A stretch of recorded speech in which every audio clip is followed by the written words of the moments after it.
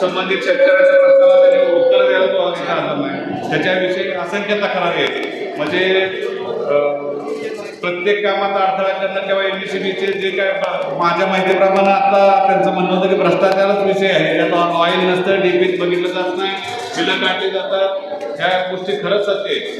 तर त्या अधिकाऱ्याची सगळी सखोल माहिती चौकशी व्हावी आणि त्याचा निर्णय योग्य तो लवकरात लवकर निर्णय करून त्याला करा. सध्या कामावर त्याला घरी बसव, त्याला जर काम करायचं नसलं त्याला थांबून देऊ नका. माझे एवढे सगळे असंख्य शेतकरी इथं बसले, त्याच्या अडचणी आहेत. ते बिचारे रात्रंदिवस कष्ट करत असतात, लाईटीसाठी मरत असतात, स्वतःचं पीक जळल्यावर त्याचं हृदय जळत असतं. आणि तुम्ही जर अधिकाऱ्याला त्याचा जर काय उपयोग होत नसेल तर त्या असल्या अधिकाऱ्याची, घाण अधिकाऱ्याची आम्हाला गरज नाही.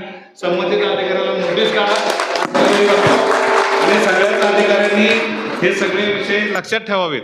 मी जिथं चांगलं काम होतंय तिथं मी त्यांच्या बरोबर राहीन, पण ज्या अधिकाऱ्याचं जिथं चांगलं काम होणार नाही त्या अधिकाऱ्याला मी कधीही बरोबर घेणार नाही. त्याला योग्य तो त्याचं माप त्याच्या पदरात पडल्याशिवाय सोडणार नाही.